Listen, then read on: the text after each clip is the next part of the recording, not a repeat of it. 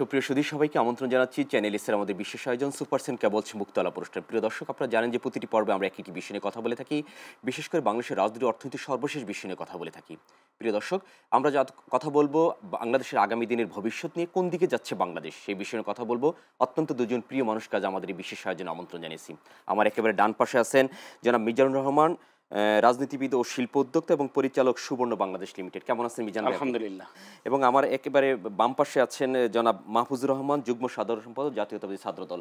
জনাব মাহফুজুর, আপনাকে স্বাগত জানাচ্ছি আমাদের বিশেষ সাথে। নিশ্চয়ই ভালো আছেন? জি আলহামদুলিল্লাহ। জনকে স্বাগত জানাচ্ছি। জনাব মিজানুর রহমান, আপনাকে দিয়ে শুরু করতে চাচ্ছি। আপনি এর মধ্যে অবগত আছেন যে আমরা কোন বিষয় নিয়ে আলোচনা করবো। সেটি হচ্ছে দেশের, আপনারাও জানেন আমরাও জানি যে একটি ক্লান্তিকাল চলছে এবং হচ্ছে দেশের একটি সংকটকালীন সময় পার করছে বর্তমান সময়ে আর কি বাংলাদেশ। সেই সংকটকালীন সময় আমরা দেখেছি রাজনীতিবিদদের মূল্যায়ন দিন দিন কমে যাচ্ছে এবং অনেকগুলো রাজনীতি দল আছে বাংলাদেশে, 50টির মতো। সেখানে হচ্ছে আমরা দেখেছি প্রত্যেক রাজনীতিবিদকে এখন হচ্ছে যে তাদের যে মূল্যায়নটুকু সেটি, এবং মেধাবীরা এখন রাজনীতি থেকে মুখ ফিরিয়ে নিতে চাচ্ছে দিন দিন। কেন, কোন বিষয়টিকে মাথায় রেখে এরকম বিষয়গুলো হচ্ছে? আপনি কি মনে করছেন? দীর্ঘদিন ধরে রাজনীতি নিয়ে অ্যানালিসিস করছেন। ধন্যবাদ আপনাকে, ধন্যবাদ আমার সহ আলোচককে। আসলে রাজনীতিটা এখন আর রাজনীতিবিদদের হাতে নেই। রাজনীতিটা চলে গেছে পরিবারতন্ত্র, ব্যবসায়িকদের হাতে, আমলাদের হাতে। একসময় যারা রাজনীতি করত, আপনি অনেকেরই চিনেন, জানেন, এদেশে রাজনীতিবিদদের সম্মান ছিল, ইজ্জত ছিল, অর্থ ছিল না তাদের কাছে। খুব বিলাসী জীবন তারা যাপন করতো না, দামি দামি গাড়িতে তারা চলতো না, রিক্সা দিয়ে আসতো, দেখা গেছে খদ্দরের কাপড় পরতো, কিন্তু তাদের সম্মান ছিল, ইজ্জত ছিল। কিন্তু আজকে রাজনীতিবিদরা মনে করে রাজনীতি করলেই অনেক দামি গাড়িতে চড়তে হবে, অনেক বড় বিলাসবহুল বাড়িতে থাকতে হবে, অনেক টাকা ইনকাম করতে হবে। এই জন্য আসলে যখন টাকা ইনকামের রাস্তায় চলে যায়, দেখবেন যখন তার সাথে কর্মীর সাথে লেনদেনের সম্পর্ক হয়ে যায়, তখন কিন্তু আর সম্মানটা থাকে না। সম্মানটা থাকার জন্য প্রথম দরকার ছিল যে একটা রাজনৈতিক নেতা নির্লোভ হওয়ার দরকার ছিল, এবং আগের যারা রাজনীতিবিদ ছিল তারা সবাই নির্লোভ। অ্যাবসলিউটলি। কিন্তু আজকের প্রেক্ষাপটে দেখা যায় যারা রাজনীতি করে তারা এটাকে রাজনীতির ব্যবসা হিসাবে ধরে নিয়েছে, শতকরা 95% নেতারা। এই জন্য আজকে রাজনীতিবিদদের এই অবস্থা। রাজনীতি এখন আর ভালো মানুষ করতে চায় না। যারা সৎ রাজনীতিবিদ বা ভালো রাজনীতিবিদ, ভালো চিন্তা করে, তারা কিন্তু এখানে আর রাজনীতি করতে চায় না। তারা মনে করে যে আমি কোনো কারণে আমি যাই এমপি হইলাম, কিন্তু এই 5 বছর পরে তো দেখা গেছে আমার বাড়িঘরে জ্বালিয়ে দিবে, আমার বউ বাচ্চার সামনে আমাকে অপমান করবে, বা আমার পরিবারের উপরে আঘাত হানবে। সুতরাং তারা রাজনীতিরা করতে চায় না। এবং রাজনীতিকে আপনি আশ্চর্য হয়ে যাবেন, আমাদের দেশের এখন বহু লোকজন এই দেশ ছেড়ে চলে যেতে চাইতেছে ফ্যামিলি নিয়ে। যার যে অবস্থান আছে, কেউ মালয়েশিয়া যাচ্ছে, কেউ অস্ট্রেলিয়া যাচ্ছে, কেউ কানাডা, আমেরিকা যাচ্ছে, যার যে অবস্থান আছে। কিন্তু কেউ আর এখানে থাকতে, পলিটিক্সও দূরের কথা, কেউ থাকতেও চায় না। যে কারো গবেষণাও নেই যে কি হচ্ছে। দেখা গেছে আমাদের দেশের কিছুদিন আগে দেখলাম একটা রিপোর্টে যে সবজিতে 10% পর্যন্ত আপনার ইয়ে করতে পারে, যেটা হলো আমাদের যে ফরমালিন। কিন্তু এখানে 70% পাওয়া গেছে। আচ্ছা, যারা মানুষ ভাত বলেন, মাছে বলেন, সবজিতে বলেন, মাংস, সব জায়গায় ফরমালিন ব্যবহার হচ্ছে, কীটনাশক ব্যবহার হচ্ছে। মানে তাই মানুষ কোথায়, যদি খাওয়ায় সে ভেজাল, তাই না? আপনি রাজনীতি তো এখন ভেজাল। মানুষ কেন থাকবে এই দেশে, কেন পলিটিক্স করবে? আমাদের দেশে একটি কথা সবসময় আমরা গত প্রায় 20 বছর ধরে শুনে আসছি, যেটি হচ্ছে বাংলাদেশের হচ্ছে মেধাবীরা দেশ পাড়ি দিচ্ছে। তাদের এই মেধাটাকে বাংলাদেশে আমরা রাখতে পারছি না, মেধাবীদেরকে। এখন যদি মেধাবী রাজনীতিবিদদেরকে যদি আমরা যদি না রাখতে পারি দেশে, বা তারা যদি রাজনীতি না আসে, তাহলে তো মেধা শূন্য হবে বাংলাদেশের রাজনীতি। আসলে রাজনীতি মেধাবীদের তো মূল্যায়ন হচ্ছে না, এখানে মাসেলম্যানদের মূল্যায়ন হচ্ছে। এখানে সব দলের নেতারাই দুষ্টের লালন করছে, শিষ্টের দমন করতেছে। যাদের মাসেলম্যান আছে, যাদের পেশি শক্তি আছে, যাদের কাছে অর্থ আছে, তারাই নেতা হয়। কিন্তু এটা ভদ্রলোক, ভালো লোক, তাই না, যে দেশ নিয়ে চিন্তা করে, যে মানুষ নিয়ে চিন্তা করে, যে মানুষের আগামী দিন ভবিষ্যৎ নিয়ে চিন্তা করে, তারা কিন্তু নেতৃত্ব যাচ্ছে না। গত 15 বছর আমি অনেককে দেখছি, অনেক কষ্ট সহ্য করেছে, অনেক নির্যাতন অত্যাচার সহ্য করেছে। কিন্তু আজকে দেখা গেছে যখন রাজনীতিতে একটু সুবাতাস বইছে, কিন্তু তাদের কিন্তু অবস্থান নেই। এখনই মাসেলম্যানদেরই অবস্থান। আচ্ছা, যেই ছেলেটা 15 বছর এলাকায় থাকতে পারে নয়, বা কষ্ট করেছে, অনেক সময় দেখা গেছে রাজনীতি করতে যায় তার বাপের অর্থনৈতিক অনেক অর্থ নষ্ট করেছে, তাই না, ব্যবসা বাণিজ্য করতে পারে না, কিন্তু সেই ছেলেটা এখন আর গ্রামে যায় তার সুযোগ নেই রাজনীতি করার। আমরা আশা করছি যে সামনে দিনগুলো একটু পরিবর্তন হবে। মাহফুজুর রহমান, যেটি হচ্ছে যে আপনারা যারা ইয়াং রাজনীতি করছেন, বিশেষ করে বিএনপি রাজনীতির সাথে জড়িত এবং হচ্ছে কোনো না কোনোভাবে রাজনীতির সাথে জড়িত, সেক্ষেত্রে হচ্ছে যে রাজনীতিটা কেন করেন আপনারা, কোন জায়গা থেকে, নীতি নৈতিকতা আদর্শ এবং সম্মানের জন্য সেই জায়গাটুকু কতটুকু আপনারা নিজের ভিতরে লালন করেন? আমরা শহীদ রাষ্ট্রপতি জিয়াউর রহমানের আদর্শ ধারণ করে রাজনীতিটা করি, রাজনৈতিক আদর্শ। শহীদ রাষ্ট্রপতি জিয়াউর রহমান এই দেশের যখন ক্রান্তিকাল ছিল, ঠিক তখনই কিন্তু শহীদ রাষ্ট্রপতি জিয়াউর রহমান হাল ধরেছিলেন দেশের। গতানুগতিক ধারায় 1981 সাল পর্যন্ত, তার মৃত্যুর আগ পর্যন্ত এই দেশে তার উন্নয়ন স্মরণীয়। সবাই তার উন্নয়ন সম্পর্কে অবগত এবং স্মরণীয়। আমার সহ আলোচক, আমার বড় ভাই, সিনিয়র মানুষ, উনি অনেক কথা বলেছেন, নিরাশাজনক কথা যেটা, যেহেতু আমিও বাংলাদেশের একজন নাগরিক, ভাইও বাংলাদেশের নাগরিক, ভাইয়েরও মতামত দেওয়ার সুযোগ আছে, আমারও আছে। এখন বাংলাদেশ জাতীয়তাবাদী দল শুরুর থেকেই, যখন বাংলাদেশ জাতীয়তাবাদী দলের যাত্রা শুরু হয়েছে তখন থেকেই কিন্তু এই যে আপনার বিপদ আপদ বা রাষ্ট্র নিয়ে যে চক্রান্ত, দেশ যে বিপদগ্রস্তের মধ্যে ফেলে দেওয়া, এই সংকটের মধ্যে দিয়েই বিএনপির যাত্রা। এবং বিএনপি কিন্তু আপনার স্টেপ বাই স্টেপ সমস্ত প্রতিকূলতার দূর করে বাংলাদেশকে একটা উন্নতশীল সমৃদ্ধশালী দেশে রূপান্তরিত করার জন্য চেষ্টা করে যাচ্ছে।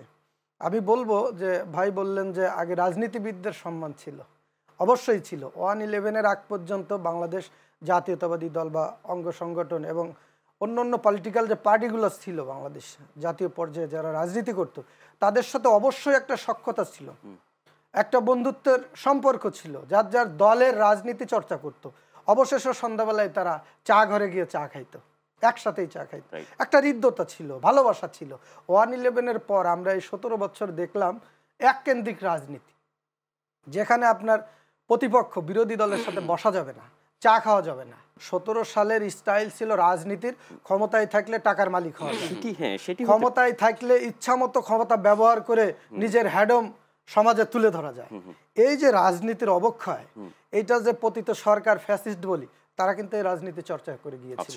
এবং নমিনেশন পাইলেই এমপি হওয়া যায়, এবং নমিনেশন পাইলে যে এমপি হওয়া যায় যাদের অর্থ ছিল, শিল্পপতি যারা। আপনারা দেখেছেন, আপনারা জানেন, আমরা সবাই অবগত, বাংলাদেশের জনগণ অবগত, যে টাকা দিয়ে কোনো রকম নমিনেশন আওয়ামী লীগেতে নিতে পারলেই সে বিনা প্রতিদ্বন্দ্বিতায় এমপি হয়ে যেত। এই যে মানুষের সাথে কোনো সম্পর্ক ছিল না, জনগণের ভাগ্য উন্নয়নের জন্য কাজ করতে হবে, জনগণের বিপদে পাশে দাঁড়াতে হবে, এইরকম কোনো টেন্ডেন্সি কিন্তু আওয়ামী লীগের মধ্যে আমরা দেখি নাই। আমরা দেখেছি যে জনগণ কোনো ম্যাটার না, নমিনেশনটা নিতে হবে, নমিনেশন নিলে আমি এমপি। আর যখন আপনি জনগণের সাথে সম্পৃক্ত নয়, জনগণের বিপদ আপদে আপনি দাঁড়াবেন না, দেশের জন্য কথা বলবেন না, জনগণের আবেগ অনুভূতিকে অগ্রাধিকার দিবেন না, তখন কিন্তু জনগণ আর আপনার পক্ষে থাকবে না। ঠিক 17 বছর পর আন্দোলন সংগ্রাম করে আপনি তো জানেন যে বিএনপি এবং বিএনপির অঙ্গ সংগঠনের সকল নেতাকর্মী, বড় দল বিএনপি, তাকে দমন করার জন্য এই 17 বছরে এমন কোনো মারণাস্ত্র আছে যেটা ব্যবহার করা হয় নাই? খুন গুমের ভিতর মানবাধিকার যে লঙ্ঘন, অপরাধ, খুন গুম, এমন কোনো এহেন অপরাধ আছে যেটা আওয়ামী লীগ করে যায় নাই? তার মধ্যেও একটা ফ্যাসিস্টের পতন হয়েছে, আমি ক্লিয়ার করব। ফ্যাসিস্টের পতন হয়েছে। পতন হওয়ার পর আমরা এবং বাংলাদেশের সকল শ্রেণীর জনগণ চেয়েছিল কি, যে একটা সুন্দর বাংলাদেশ, যেখানে আমরা সবাই সবার অধিকার চর্চা করতে পারবো, আমাদের যে মৌলিক অধিকার, অধিকারগুলো নিয়ে আমরা নিরিবিলে নিরাপদে এদেশে বাস করতে পারবো। আমি আশার বাণী দেখতে পাই। কেন বিগত 1 বছরে যে মব হয়েছে, অবশ্যই মব হয়েছে, হঠাৎ করে একটা দেশের কাকতালীয় পরিবর্তন, বিশাল এক পরিবর্তন, যে সরকার পালিয়ে গেল গণভবন থেকে, তারপরে বিএনপির মতো এত বড় একটি দল, 1 বছরে কিছু অনাকাঙ্ক্ষিত ঘটনা ঘটছে তৃণমূল পর্যায়ে, আমি অস্বীকার করব না। তার জন্য কিন্তু বিএনপি আমাদের এই দলের হাজারকে হাজার নেতাকর্মীকে বহিষ্কার করছে এবং বারবার আমাদের ভারপ্রাপ্ত চেয়ারম্যান জনাব তারেক রহমান কিন্তু প্রতিনিয়ত বক্তৃতা করছেন যে আমাদেরকে দেশের মানুষের দাঁড়ে দাঁড়ে যেতে হবে, দেশের মানুষের সুবিধা অসুবিধার কথা শুনতে হবে। দেখুন, আপনাকে আমি ক্লিয়ার করি, আমি গত কয়েকদিন সনাতন ধর্মের যে বড় অনুষ্ঠান দুর্গাপূজা, আমি কিন্তু এলাকাতে গিয়েছিলাম এবং প্রত্যেক মণ্ডপের যে আমার হিন্দু ভাইদের সাথে কথা হয়েছে, যে এত সুন্দর নিরিবিলি ঝামেলা মুক্ত একটা বছরে তাদের এই বড় উৎসব তারা পালন করেছে। বাংলাদেশের কোথাও কিন্তু, আপনাদের কাছে রিপোর্ট আসছে কিনা আমি জানি না, যে বাংলাদেশের কোনো মন্দিরে আঘাত হানছে, কোনো মন্দির ভাঙচুর হয়েছে, অথচ 1 বছর আগেও কিন্তু এই পতিত সরকার প্রত্যেক বছরে আপনার কোনো কায়দা কৌশলে হিন্দুদের মন্দির ভাঙ্গা হতো, হিন্দুদের সাথে মুসলমানদের একটা দাঙ্গা সৃষ্টি করা হতো এবং বলা হতো যে হিন্দুদের জন্য পারফেক্ট দল হলো আওয়ামী লীগ, মিথ্যাচার করা হতো। ইভেন যেখানে আপনার বিএনপির ভোট বেশি, বিএনপি অধ্যুষিত এলাকা, সেখানে হিন্দু মুসলিমের ভিতরে একটা দাঙ্গা সৃষ্টি করে দেওয়া হতো এবং তাদের নামে মামলা দেওয়া হতো।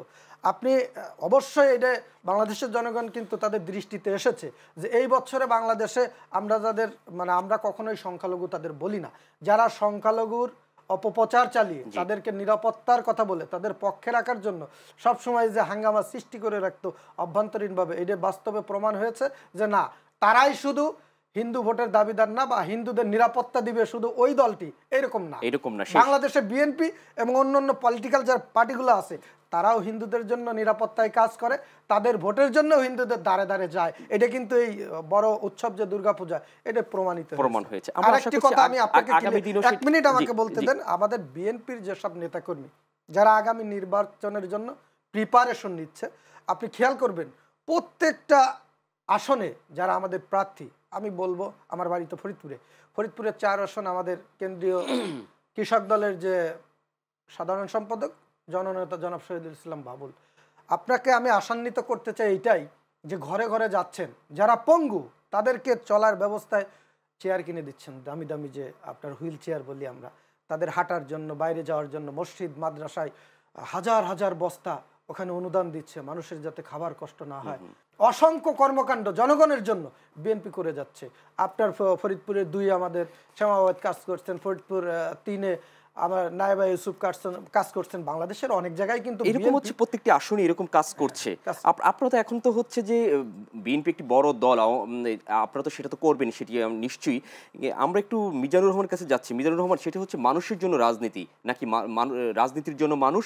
আর হচ্ছে প্রত্যেক রাজনীতিবিদরা আমরা দেখি যারা এখন বাংলাদেশের সুনামধন্য রাজনীতিবিদ, তাদের কিন্তু দেশের এই আজকের এই বাংলাদেশের জন্য তাদের কোনো না কোনো কন্ট্রিবিউশন আছে, কিন্তু মৃত্যুর আগ পর্যন্ত বা শেষ জীবনে এসে কিন্তু তারা কিন্তু সেই রকম কিন্তু মূল্যায়ন পাচ্ছে না, অবমূল্যায়িত হচ্ছে আর কি।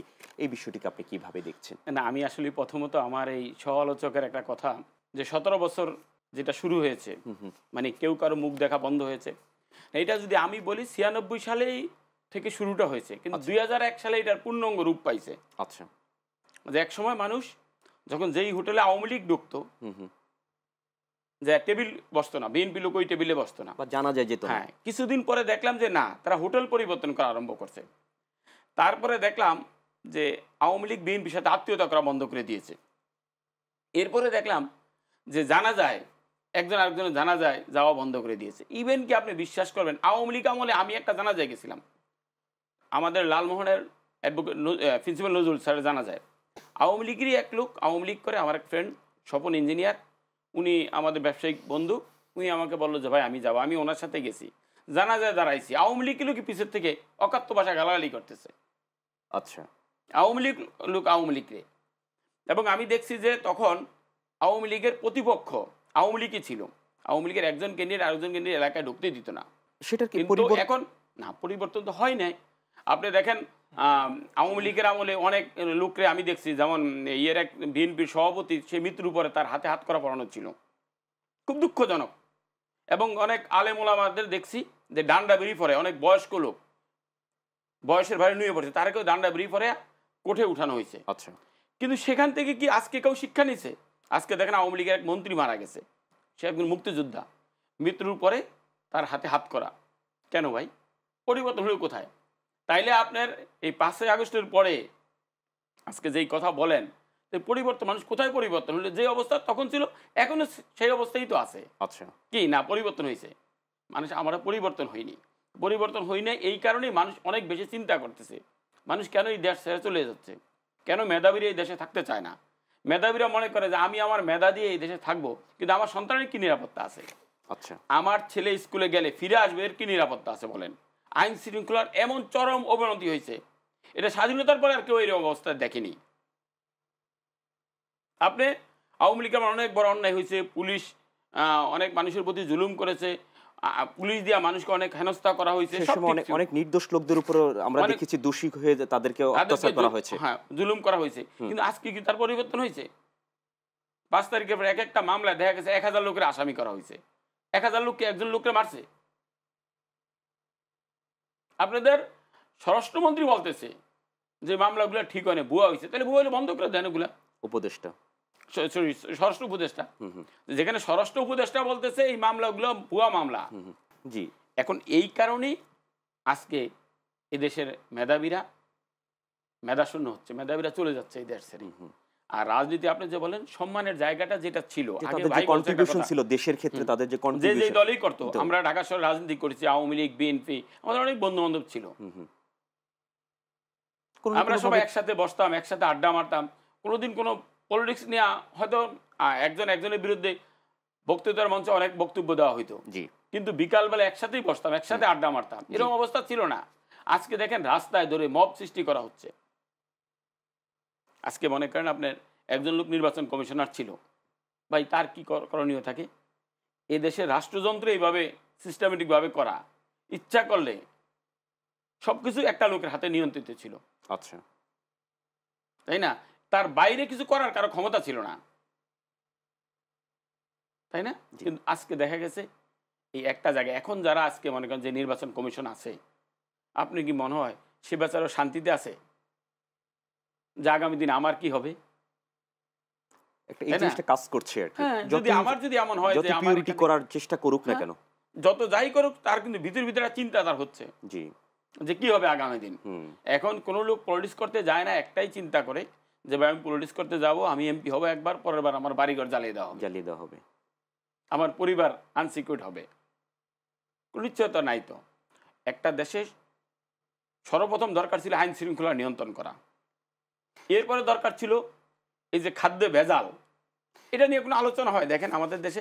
সেটি হচ্ছে যে আমাদের মনে হচ্ছে যেটি রাজনৈতিক কোনো দল যদি এই মুহূর্তে যদি ক্ষমতায় না আসে, তাহলে আইন শৃঙ্খলা পরিস্থিতি এটি স্বাভাবিক রাখা খুবই কষ্ট হবে, হচ্ছে বা না। আপনার কথা তো ঠিকই আছে, একটা দল ক্ষমতায় আসলে হয়তো আমরা আশা করি ভালো হবে।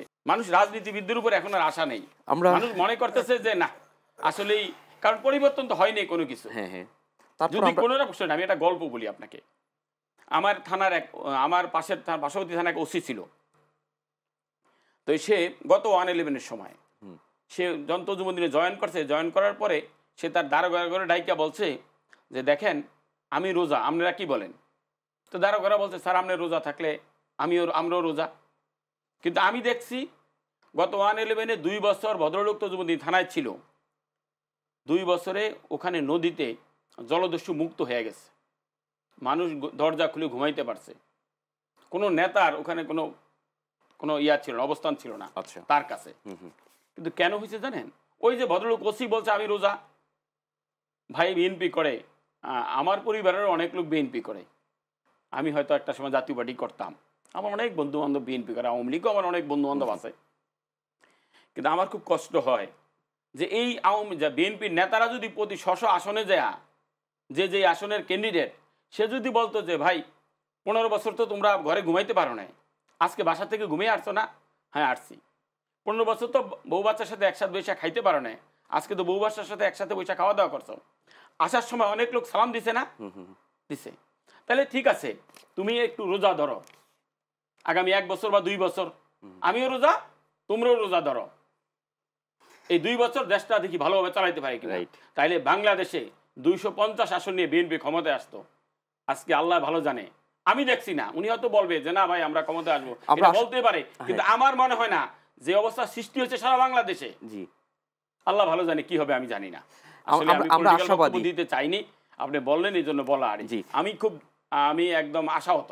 আপনি আশাবাদী, আমি খুব আশাহত রাজনীতিবিদদের নিয়ে। আর রাজনীতিবিদরা ওই যে প্রথমেই বললাম, এরা পরিবারতন্ত্র চালু করেছে, আমলাতন্ত্র চালু করেছে, তাই না? এরা ব্যবসায়িক তন্ত্র চালু করেছে, এরা মাসেলম্যান মানিম্যান খুঁজতেছে, রাজনীতিবিদ কেউ খোঁজে না। সেখান থেকে আমরা এখনো উঠে আসতে পারিনি এখন পর্যন্ত। না জি, জনাব মাহফুজুর রহমান, সেটি হচ্ছে আপনার কাছে আসবো। অনেকক্ষণ ধরেই আপনি শুনছিলেন আর কি, হয়তো বা বলার অপেক্ষায় ছিলেন আর কি, যেটি হচ্ছে যে মাসেলম্যান বা হচ্ছে যে পরিবারতন্ত্র এবং হচ্ছে যে বিএনপি রাজনীতি গত এক বছরে মানে দলীয় কর্মীরা হচ্ছে বিভিন্ন সমালোচনার সম্মুখীন হয়েছে, এটি থেকে উত্তরণের পথ কিংবা আপনারা নির্বাচনে আগ পর্যন্ত ফেব্রুয়ারিতে নির্বাচন, তার আগে কি আপনাদের এই ধরনের বিষয়গুলো সমস্যাগুলো কেটে যাবে কিনা সেই বিষয়ে কথা বলবো ছোট্ট একটা বিরতির পরে।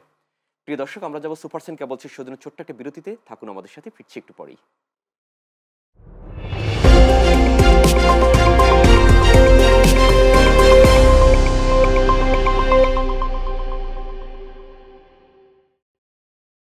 বিরতির পর সবাইকে আমন্ত্রণ জানাচ্ছি সুপারসেন কেবলস মুক্ত আলাপ অনুষ্ঠানে। দর্শক, কথা বলছিলাম আগামীর বাংলাদেশ নিয়ে, কোন দিকে যাচ্ছে বাংলাদেশের ভবিষ্যৎ। দুজন প্রিয় মানুষ আছেন আমার একেবারে পাশে, আছেন মিজানুর রহমান, শিল্প উদ্যোক্তা এবং রাজনৈতিক বিশ্লেষক, এবং আমার সাথে মাহফুজুর রহমান, ছাত্রদলের রাজনীতির সাথে ওতপ্রোত যুগ্ম সাধারণ সম্পাদক ছাত্রদলের। মাহফুজুর রহমান, অনেকক্ষণ ধরে আপনি কথা শুনছিলেন আর কি, হয়তো আপনি জবাব দেওয়ার অপেক্ষায় ছিলেন কিন্তু সুযোগ তখন আসেনি। কি মনে করছেন যে কোন দিকে যাচ্ছে, এবং আপনাদের যে অপকর্মগুলোর কথা বা বিভিন্ন সময় কিন্তু আমরা এবার ডাকসু নির্বাচনের পরও কিন্তু আপনাদের গণমাধ্যমে কিন্তু এই বিষয়গুলো উঠে আসছে, তার দায় এরা তো আপনারা কোনোভাবে পারেন না, কিন্তু নির্বাচনের আগে, ফেব্রুয়ারির আগে আপনারা সেটুকু কতটুকু আপনারা সামাল দিতে পারবেন বা নির্বাচনের কতটুকু সেই বিষয়ে আপনারা গুছাতে পারবেন? দেখুন, আপনাকে পরিষ্কার বলি, আমার সহ-আলোচক বলছেন আশাহত, আমরা আশাবাদী। তার কারণ হলো বিগত 5 তারিখের পর থেকে এই পর্যন্ত বিএনপির সকল ধরনের ঊর্ধ্বতন যে নেতাকর্মী তারা কিন্তু এলাকায় ছুটছেন এবং ভোটের কথা বলছেন। ভাই বলছেন আইন শৃঙ্খলা বাহিনীর কথা, আইন শৃঙ্খলা বাহিনীর অবনতি। আইন শৃঙ্খলা বাহিনী নিয়ন্ত্রণ তো বিএনপি করে না। আচ্ছা, আইন শৃঙ্খলা নিয়ন্ত্রণ করে এখন ইন্টারিম গভর্নমেন্টের স্বরাষ্ট্র উপদেষ্টা। আচ্ছা, এখানে ব্যর্থতা তো বিএনপির না, বিএনপিকে আপনি দায় দিয়ে যেতে পারেন না। বিএনপি একটা political party. BNP political party তখন নির্বাচনের মাধ্যমে যখন ক্ষমতা পাবে, যখন ক্ষমতা তাদের হাতে থাকবে, যখন তাদের স্বরাষ্ট্রমন্ত্রী থাকবে, এই রাষ্ট্র যখন তারা নিয়ন্ত্রণ করবে, তখন আপনি বিএনপিকে দায় দিতে পারেন। 1 বছরে কি বিএনপির নেতাকর্মী অনেক জায়গায় হেনস্থার শিকার হয় নাই? হয়েছে। যতদিন পর্যন্ত একটা নিরপেক্ষ নির্বাচন না হবে বা নির্বাচিত সরকার গঠিত না হবে, এতদিন পর্যন্ত আপনি 100% আইন শৃঙ্খলা বলেন, দলীয় নেতাকর্মী বলেন বা পলিটিক্যাল পার্টির যেসব অকারেন্সের কথা বলতেছেন, অবশ্যই নির্বাচিত সরকার আসলে আপনার কথা বলার সুযোগ থাকে। আইন শৃঙ্খলা বাহিনী তাদের যে পদক্ষেপ নির্ভয়ে নির্দ্বিধায় তারা নিতে পারে। এখন তো তারা দায় এড়িয়ে চলছে, পোশাক পরে শুধুমাত্র রাস্তায় ঘোরে বা আপনার পুলিশ স্টেশনে থাকে। তাদের তো দায় নাই। কোথায় দেখেন, একজন ছিনতাইকারী ছিনতাই করে চলে গেলেও তারা অন্য পাশ দিয়ে গাড়ি টেনে চলে যায়, ধরার চেষ্টা করে না। তারা তাদের নিজেদেরকে নিরাপদ মনে করে এবং কোনো ধরনের দায়বদ্ধতা নেই। আমি ভাইকে বলবো যে বিএনপির উপরে আপনি আশা রাখতে পারেন, অবশ্যই আশা রাখতে পারেন, কারণ বিএনপির আমাদের যার নিয়ন্ত্রণে আমাদের ভারপ্রাপ্ত চেয়ারম্যান জনাব তারেক রহমান, তার থেকে বেশি নির্যাতিত কিন্তু কেউ না। 17 বছর দেশে আসতে পারেন নাই, তারপরেও যেহেতু একটা হিংসাত্মক কোনো বক্তব্য নিয়ে পর্যন্ত দেন নাই। প্রতিশোধ নিবেন বা দলীয় কোনো লোক প্রতিশোধ নেওয়ার জন্য উদ্যোগী হইলে তাদেরকে ঠেকাই দিচ্ছেন, বক্তৃতা করছেন এবং শক্ত পদক্ষেপ নিচ্ছেন। আচ্ছা, আমি মনে করি দেশনায়ক তারেক রহমান যদি দেশে আসে এবং নির্বাচিত হয়, বিএনপি সরকার গঠন করতে পারে। বাংলাদেশ জাতীয়তাবাদী দলের অ্যাক্টিং চেয়ারম্যান যে 31 দফা দিয়েছেন, আপনি আশ্চর্য হবেন যে আপনি চোর ডাকাত কেন চুরি করে, তাদের কোনো কর্মসংস্থান নাই, কর্মসংস্থান ছিল না, এখনো নাই। বিএনপির ভারপ্রাপ্ত চেয়ারম্যান বলেছেন যে বহু বেকার, যারা অনেক বেকার বাংলাদেশে, তাদের জন্য কর্মসংস্থানের ব্যবস্থা করবে। এবং আমাদের দেশে কিন্তু ধর্মীয় স্বাধীনতা নিয়ে দাঙ্গা হাঙ্গামা হয়। আচ্ছা, আমাদের 31 দফার ভিতরে কিন্তু একটি দফা আছে যে ধর্মীয় স্বাধীনতা প্রত্যেক ধর্মের লোকই পরিপূর্ণভাবে এবং বাস্তবে স্বাধীনতা ভোগ করতে পারবে। তাদের মধ্যে যে দাঙ্গার আশঙ্কা, এইগুলা মুক্ত হবে। আরেকটি কথা আপনাকে বলি, পলিটিক্যাল সরকার যদি গঠিত হয়, যেমন আপনি একটি আসনের একজন এমপি পদপ্রার্থী, তিনি নির্বাচিত হলেন, এলাকায় গেলেন, ওই এলাকার জনগণের যত সমস্যা আছে তার কাছে তুলে ধরতে পারে। এখন তো জনগণ হযবরল অবস্থা, কারোর কাছে কোনো দাবি দেওয়া জানাইতে পারে না। ইন্টারিম গভর্নমেন্টের কোনো উপদেষ্টাকে কি দেশের জনগণ সামনে পায় কথা বলার জন্য? পায় না। তাইলে এই জনগণ কথা বলবে কার কাছে? জনগণ তো বিপদে আছে, পুলিশ বিপদে আছে, তারা জনগণের কথা শুনছে না। তারা নিজেদের দায় এড়িয়ে চলছে, দায়বদ্ধতা মনে করে না যে আমাদের জনগণকে নিরাপত্তা দিতে হবে। আচ্ছা, আপনার যে বিশৃঙ্খলা আমরাও দেখতে পাচ্ছি বাংলাদেশ, আমরা বারবার নির্বাচনের কথা কেন বলি? যত দ্রুত নির্বাচন হবে একটা দলের দায়বদ্ধতা আসবে, যে দল সরকার পরিচালনা করবে ওই দলের দায়বদ্ধতা আসবে। একজন এমপি থাকলে ওই এলাকায় কোনো অকারেন্স ঘটলে তিনি সেটা সমাধান করতে পারেন। পুলিশকে কাজের জন্য তাগাদা দিতে বলেন বা পুলিশকে আদেশ করতে পারেন যে আপনার এলাকার এই আইন শৃঙ্খলার অবনতি, আপনাকে সঠিকভাবে কাজ করতে হবে, তখন পুলিশ প্রশাসন কিন্তু একটা শক্তি পায়। এই জন্য নির্বাচন দরকার। আমি মনে করি আগামী বর্তমান বিএনপির যে চিন্তাধারা, এইভাবে আমরা বিএনপির চিন্তাধারা 31 দফা বাস্তবায়ন করতে পারলে একটি উন্নত, সমৃদ্ধশালী এবং সকল ধর্মের লোক সম্প্রীতি ভালোবাসা বজায় রেখে বাংলাদেশের মানুষ এবং পলিটিক্যাল লোকজন যে আশা করতেছে যে একটা সুন্দর বাংলাদেশ দেখতে চাই, মেধাবীদেরকে আর বিদেশে যাওয়া লাগবে না। তারা তাদের মেধা দিয়ে এই বাংলার মাটিতে আমাদের জন্ম, আমরা এই বাংলাকে গড়তে চাই আমাদের মেধা দিয়ে। অবশ্যই তাদের মেধা দিয়ে বাংলাদেশ উন্নীত হবে এবং তারা দেশ ছেড়ে যাবে না, তারা আশাহত হবে না, আমি আশা করি। মিজানুর রহমান বলতে চাচ্ছিলেন অনেক। আসলে ঘুরে ফিরে রাজনীতিতে আমাদের আসতে হয়, রাজনীতির কথাই বলতে হয়। এখন আমার সমালোচক বলল যে নির্বাচন হলে নেতার সৃষ্টি হবে, নেতার কাছে মানুষ বলতে পারবে, দায়বদ্ধ থাকবে। এখন যদি সেটাই হয় তাইলে ওনাদের দলের নেতারা যারা স্ব নির্বাচনী আসনে আছেন, তাইলে ওই নির্বাচনী আসনের ওই নেতার কথায় যদি সবই চলে, তাহলে আইন শৃঙ্খলা কেন চলে না? আমি আমার সমালোচককে বলবো ওনাদের নেতাদেরকে বলুক। আর আমি জনাব তারেক রহমান সাহেবরে, উনি অবশ্যই অনেক বড় নেতা, ওনার বাবা এই দেশের রাষ্ট্রপতি ছিলেন, মরহুম প্রেসিডেন্ট জিয়াউর রহমান একজন মুক্তিযোদ্ধা, একজন দেশপ্রেমিক নিশ্চয় রাষ্ট্রপতি ছিলেন। ওনার মা বেগম খালেদা জিয়াও আপসীন নেত্রী বলে ওনাকে অনেক জায়গায় উনি আপোষ করেছে বাংলাদেশের রাজনীতির জন্য এবং দেশের জন্য অনেক উন্নয়নও করেছে।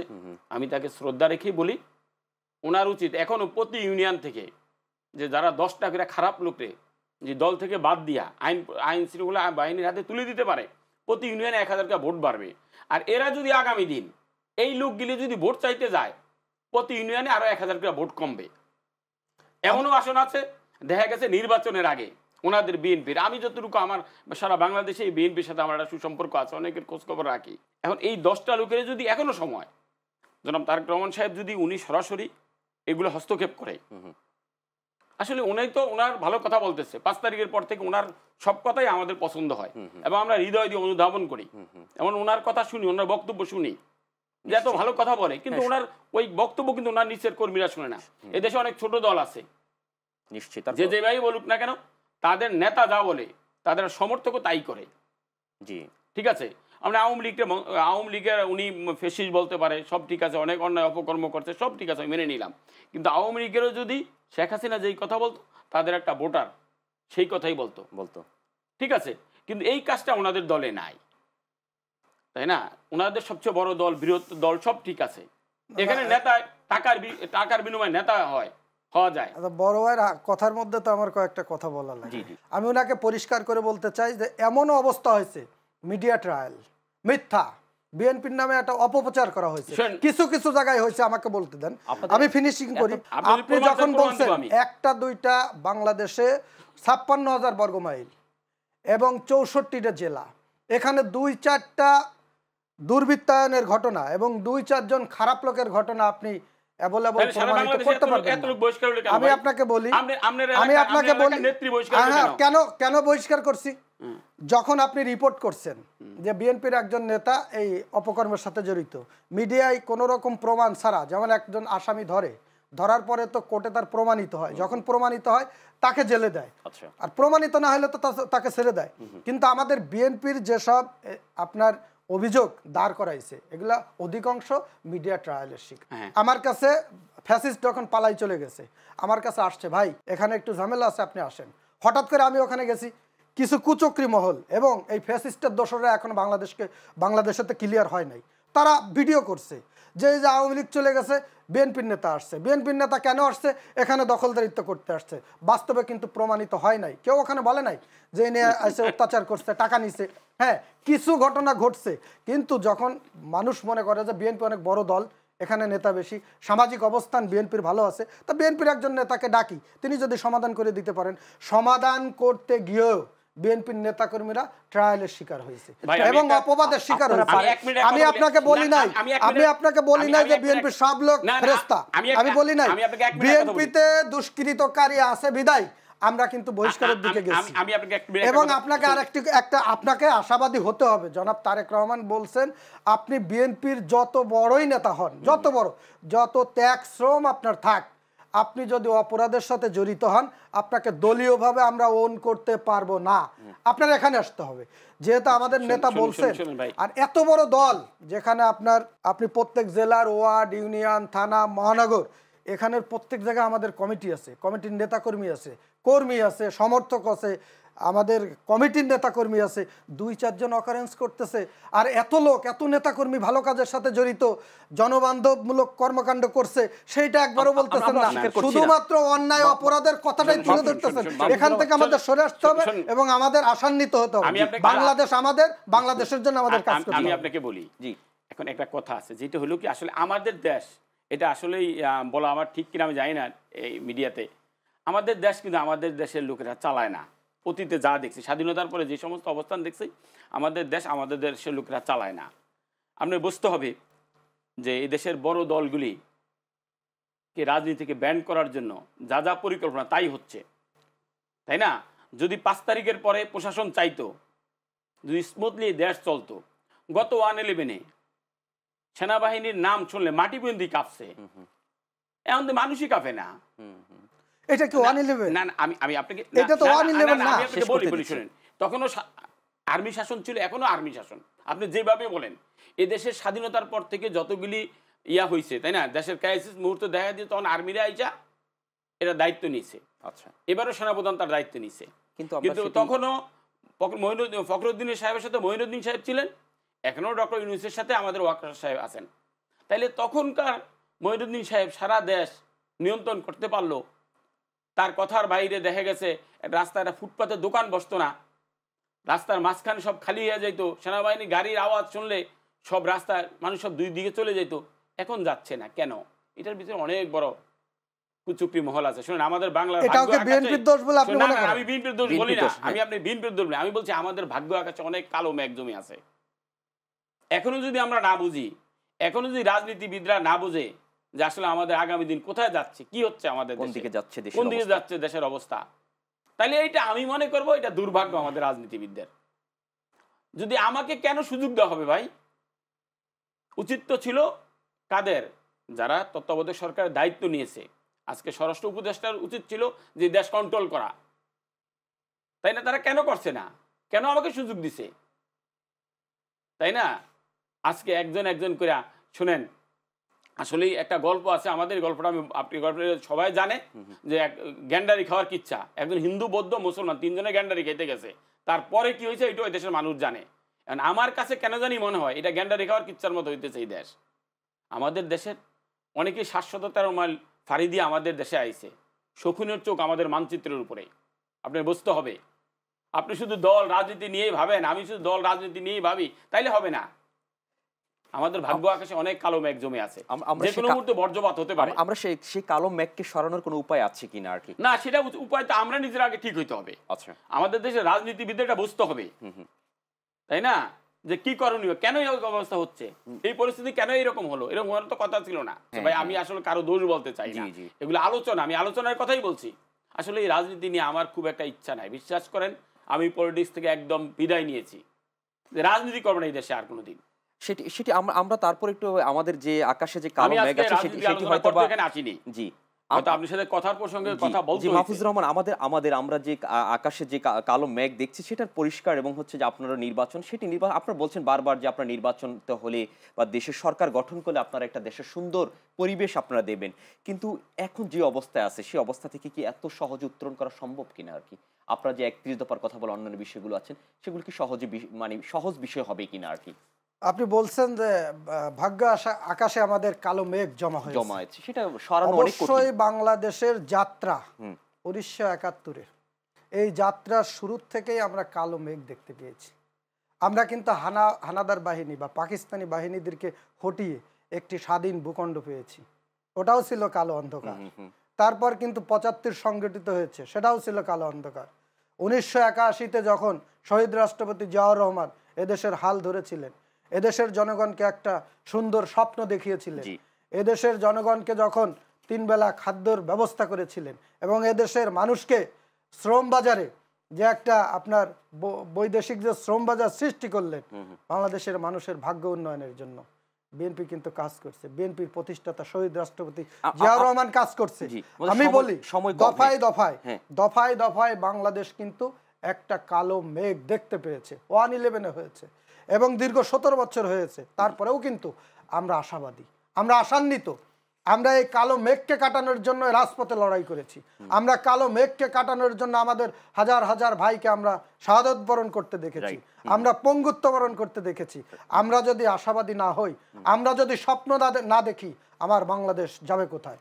এই বাংলাদেশ টিকিয়ে রাখতে হলে, এই বাংলাদেশের স্বাধীনতা সার্বভৌমত্ব টিকিয়ে রাখতে হলে, সঠিক ধারার রাজনীতিতে আসতে হলে আমাদের সবার ঐক্যবদ্ধভাবে কাজ করতে হবে, স্বপ্ন দেখতে হবে। এবং বিএনপি মনে করে ইন্টারিম গভর্নমেন্ট অতি দ্রুত একটা নির্বাচন দিলে, এই নির্বাচনের মাধ্যমে একটি দল সরকার গঠন করতে পারলে ওই সরকারের দায়বদ্ধতা থাকবে, অবশ্যই দেশকে সামনের দিকে এগিয়ে নিবে এবং ধারাবাহিকভাবে শুধু আমরাই ক্ষমতায় থাকব এই চিন্তা চেতনা বিএনপির নাই। বিদায় বলেছে যে একাধারে 2 বারের বেশি কাউকে প্রধানমন্ত্রী হওয়ার সুযোগ নাই। এটাও কিন্তু বিএনপি 31 দফার মধ্যে বলেছে। 31 দফা বাস্তবায়ন হলেই বাংলাদেশের আবার সচ্ছলতা, ধারাবাহিকতা এবং সমৃদ্ধশালী উন্নয়নশীল দেশ গড়তে সহজ হবে। মিজানুর রহমান, যেহেতু আপনি শিল্প উদ্যোক্তা এবং শিল্পের সাথে জড়িত আছেন আর কি, সেক্ষেত্রে হচ্ছে যে গত 1 বছরে দেশের কি অবস্থা, মানে এই অর্থনৈতিক অবস্থা আমরা শুনছি প্রতিনিয়তই আর কি, যে খুবই খারাপ অবস্থা যাচ্ছে আর কি। আপনিও তো এই উদ্যোক্তার সাথে জড়িত, আপনি কি মনে করছেন? আসলে আমাদের দেশের ব্যবসায়িক বান্ধব সরকার দরকার ছিল, কিন্তু এর আগেও যারা ক্ষমতায় ছিল ওইরকম ব্যবসায়িক বান্ধব কেউ ছিল না। কিন্তু এখন আরো খুব চরম খারাপ অবস্থায় গেছে। শুনেন, একটা লোক অন্যায় করছে, আচ্ছা, যে অন্যায় করছে তার বিচার হতে পারে, তার ইন্ডাস্ট্রিতে আপনি আগুন দিয়ে জ্বালিয়ে দিতে পারেন না।